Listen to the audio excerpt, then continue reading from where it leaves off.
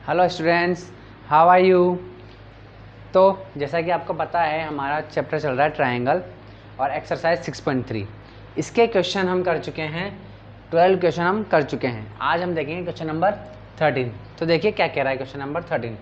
D is a point on the side B C of a triangle A B C, यानी कि एक triangle है ए B सी, उसकी जो साइड बी सी है उसके ऊपर एक पॉइंट है डी।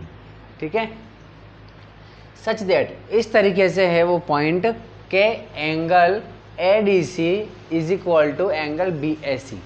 ठीक है, वो पॉइंट इस तरीके से बनाया गया है, इस तरीके से लगाया गया है कि जैसे ही आपने लगाया उस पॉइंट को तो angle D A C equal हो जाएगा किसके, एंगल बी ए सी के।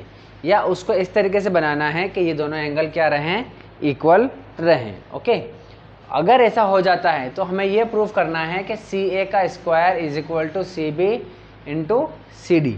ओके, तो देखिए पहले तो ट्राइंगल बना लेते हैं अपन जैसा कि वो कह रहा है।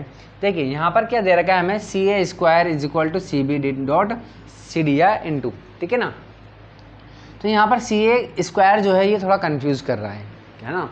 कैसे कर रहा है, इसको अपन सी ए स्क्वायर ना पढ़ करके क्या करें, सी ए इंटू सी ए बोलते हैं। ठीक है, और उसके बाद अगर अपन यहाँ पर इनको नीचे लेकर के जाएं, एक सी ए को इधर ले आएँ, एक सी ए ऊपर रहेगा, सी ए नीचे आ जाएगा और सी डी या सी बी में से कोई एक नीचे आ जाएगा। ठीक है, चलिए करते हैं, पहले देखते हैं अपन। देखिए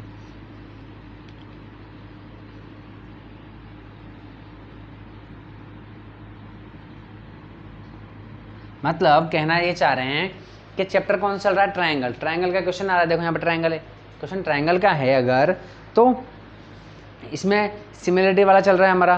तो सिमिलरिटी में क्या करते हैं हम, सिमिलर जब प्रूव करते हैं तो साइड का क्या आता है, रेशो आता है, लेकिन इस फॉर्म में दे दिया।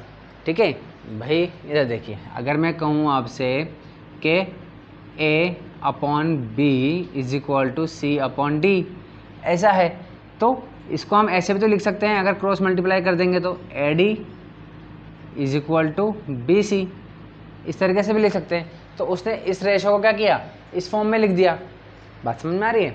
तो इस फॉर्म में दे करके वो कंफ्यूज करने की कोशिश कर रहा है, लेकिन हम क्या करेंगे, इस रेशो को ही इक्वल करेंगे अपन। ठीक है ना, रेशो ही लेकर के आएंगे, बाद में हम क्रॉस मल्टीप्लाई करके क्या कर देंगे, ऐसे इस फॉर्म में लिख देंगे। बात एक ही है। ओके, तो देखिए करना वही है जो हमने सीखा है कुल मिला करके। तो देखिए हमारे पास एक ट्रायंगल है ए बी और ये सी। ठीक है, कह रहा है कि ट्रायंगल ए बी सी है, उसमें जो साइड बी सी है, आपकी साइड बी सी, इस पर क्या है, एक पॉइंट डी है। तो कोई भी एक पॉइंट ले लीजिए, डी इधर ले लेते हैं। ठीक है, इस तरीके से ये ले लिया पॉइंट डी। ठीक है, और ये पॉइंट डी इस तरीके से है कि angle D A C, sorry A D C, ये वाला एंगल, ठीक है, इक्वल हो जाएगा बी ए सी के, बी ए सी, यानी कि इस पूरे एंगल के इक्वल हो जाएगा। ठीक है, अगर ये दे रखा है उसने कि ये वाला एंगल और ये वाला एंगल इक्वल है, ओके, तो हमें ये प्रूफ करना है। तो देखिए भाई कैसे करेंगे, सॉल्यूशन देखते हैं इसका। सॉल्यूशन में अपन गिवन लिखेंगे सबसे पहले। गिवन में क्या करेंगे, हमें दे रखा है कि angle A D C equal है एंगल बी ए सी के, ये हमें दिया हुआ है। टू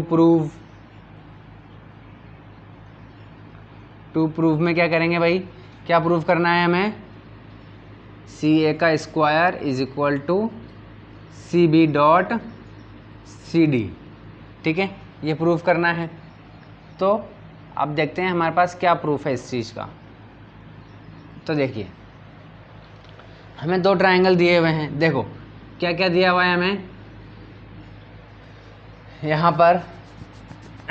देखिए C B C D, C B और सी डी, ठीक है, और सी ए, दो बार सी ए दे रखा है हमें, सी ए और सी ए।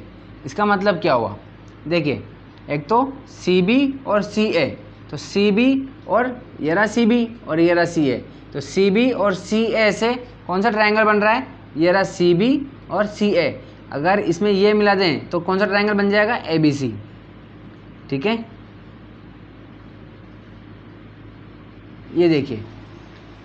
और दूसरा देखिए CD और CA, CD और CA, CD और CA, इससे कौन सा ट्रायंगल बन रहा है, ये वाला।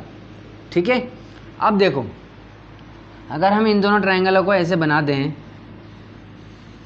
और अगर मैं यहाँ पे लिख दूँ इस तरीके से, ये A, ये D और ये C, ठीक है, तो इस ट्रायंगल को मैं अगर बनाऊंगा तो क्या ऐसे बनाऊंगा, ABC। क्या ये ट्रायंगल बनाना सही होगा, नहीं होगा। क्यों नहीं होगा, क्योंकि देखिए हमें क्या कर रखा है कि D और A ये दोनों एंगल इक्वल दे रखे हैं। ये देखिए एंगल D और एंगल A इक्वल है। ठीक है, तो और जो ये हमने लिखी ये वाला ट्रायंगल लिया है ADC वाला, इसमें ये वाला एंगल है, ये वाला A है, समझ रहे हो। ठीक है, तो इस वाले ट्रायंगल में हमें क्या करना पड़ेगा, देखिए ये वाला एंगल और ये वाला एंगल इक्वल है, समझ रहे हो। और ये वाला गलत समझना, ये वाला गलत मत समझना इसको, ये वाला ये नहीं है, ये पूरा नहीं है, ये कौन सा है, ये वाला है। तो ये और ये अलग अलग है, समझ रहे हो। ये वाला कौन सा एंगल है, ये पूरा, और ये कौन सा है, ये वाला। ठीक है, इतना सा है ये, तो ये दोनों तो अलग अलग हो गए। ठीक है, लेकिन हमें ये पता है कि ये पूरा एंगल जो है इसके इक्वल है, तो हमें ये वाला A कहाँ लिखना पड़ेगा, ये वाला A हमें कहाँ लिखना पड़ेगा, जहाँ पर D लिखा हुआ है, तो हमें ये यहाँ लिखना पड़ेगा, ये A यहाँ पर आएगा, समझ रहे हो कि ये D और ये A इक्वल है। ठीक है, इसके अलावा C देखिए, इसमें C ABC वाले में भी है और ADC वाले में भी है, तो जहाँ C है वहाँ C रहेगा ही सही। ठीक है, तो इस जगह पर क्या आ जाएगा, B आ जाएगा। बात समझ रहे हो। ठीक है, तो ये दो ट्रायंगल हमें दे रखे हैं। ठीक है, इन दो ट्रायंगलों की बात कर रहा है, तो इन दो ट्रायंगलों में अगर हमें सिमिलर प्रूफ कर देंगे, तो देखिए ये रहा CA, ये CA और CB, तो ये रहा CB। ठीक है, CA और CB, तो CA अपॉन CB आ जाएगा। इसी तरीके से CD, ये रहा CD और CA, CD की जगह CA आ रहा है कि नहीं आ रहा, आ रहा है ना। ठीक है, CB अपॉन CA और CD अपॉन CA, तो CA दो बार आ गया हमारे पास, CA को क्रॉस मल्टीप्लाई करेंगे तो CA स्क्वायर हो जाएगा। समझ में आ गई बात। चलिए, यहीं ये पर कंफ्यूज कर रहा है ये, तो हम ट्रायंगल लेंगे भाई, इन ट्रायंगल कौन कौन से भाई, कैसे लेंगे, BAC ले लेते हैं और यहाँ पर ADC ले लेंगे, BAC एंड D ट्रायंगल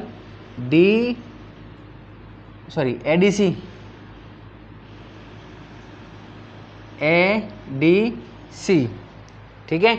चलिए, इन दोनों ट्रायंगल में अगर अपन देखें तो क्या है भाई, हमें दिया हुआ है angle A is equal to angle D। ठीक है, दिया हुआ है यहाँ पर angle D is equal to angle A, तो हम बोल सकते हैं क्यों है भाई, क्योंकि गिवन है, दिया हुआ है।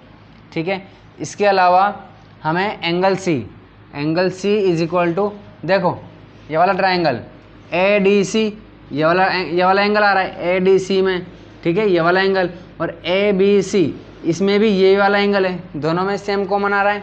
ठीक है, आप अभी फिर वही कन्फ्यूजन हो जाता है कि सर A भी तो कॉमन है, लेकिन ये वाला A कौन सा है, ये पूरा है। ठीक है, और ये वाला A कौन सा है, ये वाला है। ठीक है, तो दोनों कॉमन नहीं है, दोनों अलग अलग ट्रायंगल है यहाँ पर A वाले, लेकिन C वाले तो कॉमन है, तो ये दोनों क्या हो जाएंगे, कॉमन है। ओके, तो इस तरीके से दोनों ट्रायंगल क्या हो गए, दोनों एंगल क्या हो गए, हमारे पास दो एंगल आ गए इक्वल, तो ये दोनों ट्रायंगल क्या हो जाएंगे, सिमिलर हो जाएंगे। देयरफॉर ट्रायंगल BA, अभी पूरी लाइन लिख देंगे ऐसे कैसे, बस यहाँ पर सिमिलर लगा देंगे, BAC is similar to the triangle ADC। क्यों है भाई, किससे है ये, बाय एंगल क्राइटेरिया।